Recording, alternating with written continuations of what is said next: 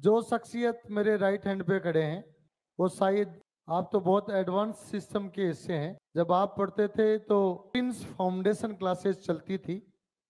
11th-12th के साथ JEE NEET की तैयारी करवाते थे। सीकर के पास के ही बठोट गांव से हिंदी मीडियम पर में पढ़कर एक गांव का लड़का शहर में पहली बार आता है और जैसा मैंने बताया कि मैथ साइंस ली भाई, साइंस पढ़नी है।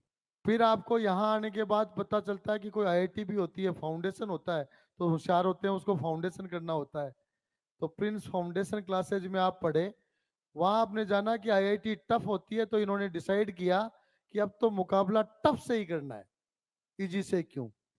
तैयारी शुरू की आपने, आईआईटी से पास आउट करके अपनी खुद का स्टार्टअप शुरू किया और आज के दिन आपका स्टार्टअप देश का नामी, one among the most innovative और 1500 करोड़ की कंपनी एक गांव से निकला हुआ बच्चा बनाता है।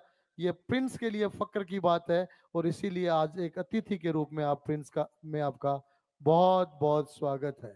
Thank you. पहले हम अतिथि ऐसे स्टार्टअप वाले, वो गूगल वाले वैसे ही देखते थे, लेकिन आज के दिन हमारे स्टूडेंट्स वैसे कंपनी के फाउंडर बन रहे हैं, हमें बड़ा गर्व है। मैं आमंत्रित करता हूं लालचंद जी बिस्सू को, cofounder Kuku FM. Thank you sir. बहुत बहुत धन्यवाद मेरे को यहाँ पर बुलाने के लिए।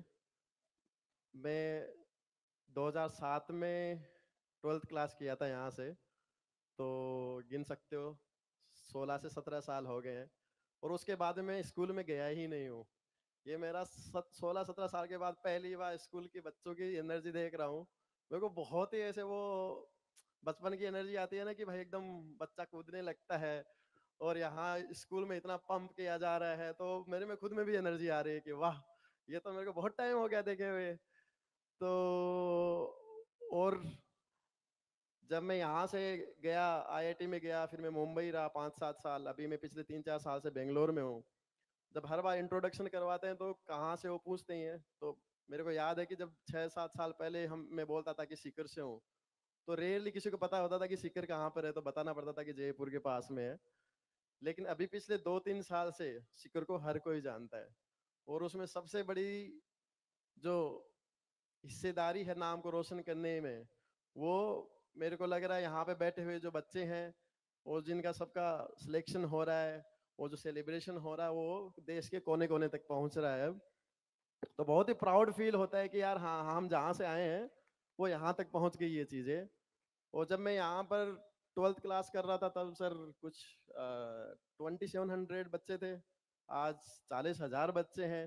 तो ये प्रोग्रेस अलग ही लेवल पर है। तो हमको भी लाइक अपने आप को ऐसे रखना पड़ता है कि भाई हमको भी इतना काम करना है ताकि कंपेयर तो कर पाए अपने आप को। अभी देखो मेरी जर्नी भी मोटा मोटा लाइक अगर आप देखोगे तो आपके जैसी ही है। मैं भी गांव से हूँ। यहाँ पर मेरे को लगता है कि 50% से ज़्यादा बच्चे गांव से और छोटे शहरों से ही हैं। और शुरुआत में काफ़ी स्ट्रगल होता है शहर तक पहुँचने के लिए। और जब एक बार शहर पहुँच जाते हो, अच्छे स्कूल में आ जाते हो, फिर तुम्हारा नेक्स्ट जो होता है, ये जो तुम तैयारी कर रहे हो वो स्टेप होता है। और ये सबसे डिफाइनिंग स्टेप होता है कि अब आप क्या लाइफ में डायरेक्शन लेने वाले हो। उसके बाद में भी लाइफ रुकती नहीं है। लाइफ के अंदर तुम एक के बाद एक के बाद एक के बाद चैलेंजेस आते ही जाते हो और तुम क्रॉस करते ही जाते हो। और तुम वो अपने स्कूल से भी सीख सकते हो। जैसे मैं था तब 3,000 बच्चे थे और आज वो बढ़ते ही जा रहे हैं, बढ़ते ही जा रहे हैं, कहीं पर भी सेटल नहीं होते हैं। लाइफ भी ऐसी है। लाइक तुम आगे बढ़ते जाते हो, चैलेंजेस आते हैं, डिफिकल्टीज आती हैं, उसको क्रॉस करते हो। कभी हार जाते हो, कभी सक्सेस हो जाते हो, फिर लड़ते हो, फिर आगे बढ़ते हो। तो वो चलता जाता है। और लाइक मैं अगर समरी में तुमको बताऊं कि मैंने यहाँ तक पहुँचने में, और अब अगर आप वापस स्कूल के बच्चे हो जो सिलेक्शन हुआ है उनको कुछ बताना चाहूँ, तो मैं आप बैठा बैठा सोच रहा था कि मेरे को क्या बताना चाहिए इन बच्चों को।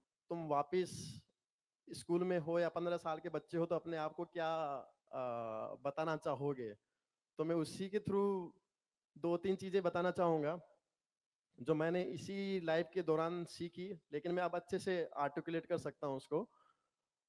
वन ऑफ द थिंग जो कि लाइक हर बच्चा, हर पेरेंट्स, कोई भी हो, अपना हैप्पीनेस के पीछे भागता है। और हैप्पीनेस सबसे कंफ्यूजिंग चीज होती है। मतलब कुछ को आराम करने से हैप्पीनेस मिलता है, सोने से मिलता है, कुछ को कुछ कंज्यूम करने से मिलता है, खाना खा रहे हैं, मूवी देख रहे हैं, रील्स देख रहे हैं, कुछ को एग्जाम क्रैक करने से मिलता है, कुछ को छोटे छोटे चैलेंजेस जीतने से मिलता है। तो इस कंफ्यूजन को मैं आप तुम्हारे दिमाग में बैठाना चाहता हूँ कि सक्सेस दो तरह की होती है। एक सक्सेस होती है जो आपको एट द एंड वीक बना देती है और आपको कुछ करने का मन नहीं होता। वो सक्सेस होती है जो आराम करना हो गया, सोना हो गया या कंजम्पशन हो गया।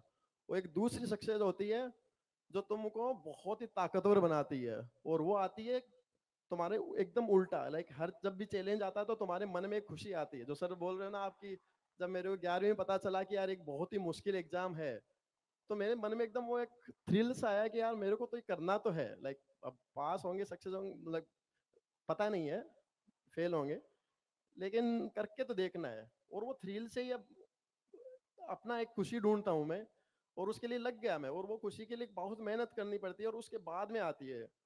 तो जो दूसरी तरफ की खुशी है वो एक तो या तो तुम कुछ बनाते हो उससे आती है, या तुम्हारे लाइफ में कुछ चैलेंज आता है, डिफिकल्टी आती है, उसको क्रॉस करते हो तब उससे आती है।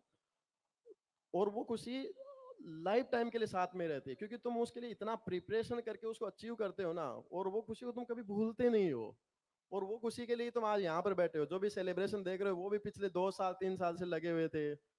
आप भी इसी जर्नी के अंदर लगे हुए हो, लेकिन जब वो आएगा तो आपके लिए एक लाइफ डिफाइनिंग मोमेंट होगा।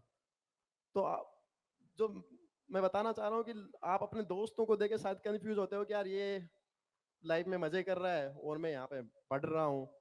लेकिन तुमने अगर चूज कर लिया कि यार मेरे को खुशी यही चाहिए कि जो मेहनत करके, डिफिकल्टी फेस करके, मेरे फियर फेस करके आ रही है, मेरे को उस वही खुशी चाहिए, तो तुमको वो करेज लाना पड़ेगा। और वो करेज के साथ एक दिन जब तुम अचीव करोगे तो तुम्हें पता चलेगा कि यार हाँ, लाइक मेरे को शायद लाइफ में यही चाहिए था।